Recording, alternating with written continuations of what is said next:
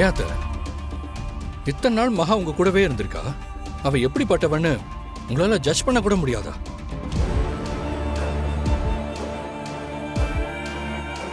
அத்தை, நீங்களும் ஒரு பொண்ணு தானே. இதே பழிய உங்க மேல போட்டா உங்களுக்கு எப்படி இருக்கும்?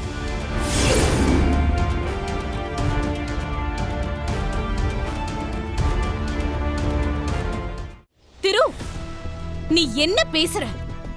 யார் கூட யார கம்பேர் பண்ணி பேசுற? கம்பேர் பண்ணி பேசல அத்தை.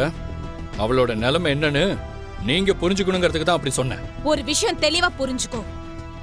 முதல்ல நான் இப்படி ஒரு தப்பா பண்ணவே மாட்டேன். ஏன் அத்தை, ஒருத்தவங்க முகத்தை பார்த்தாலே கண்டுபிடிச்சிட முடியாதா அவங்க எப்படிப்பட்டவங்க? என்ன திரு நீ பேசிக்கிட்டே போற?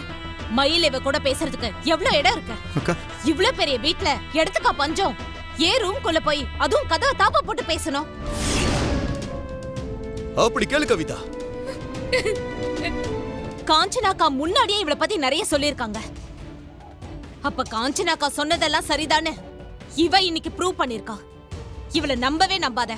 அத்தை, நீங்க என்ன வேணாலும் சொல்லுங்க, ஆனா அவளை தப்பானவன்னு மட்டும் சொல்லாதீங்க. அதை மட்டும் என்னால் நம்பவே முடியாது.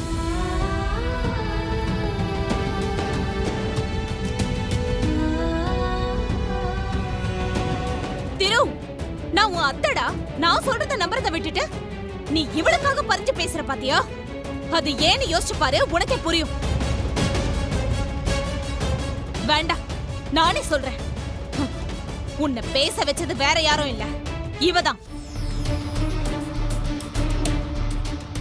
இவ இதுல கெட்டிக்காரி. ஆம்பளைங்களை மயக்கிறதுல இவ செம்ம கில்லாடி.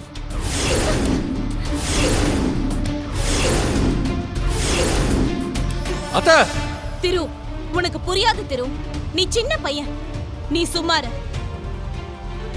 இவ்ளோ ஆனதுக்கு அப்புறம் இவ ஏன் இந்த வீட்ல இருக்கணும்?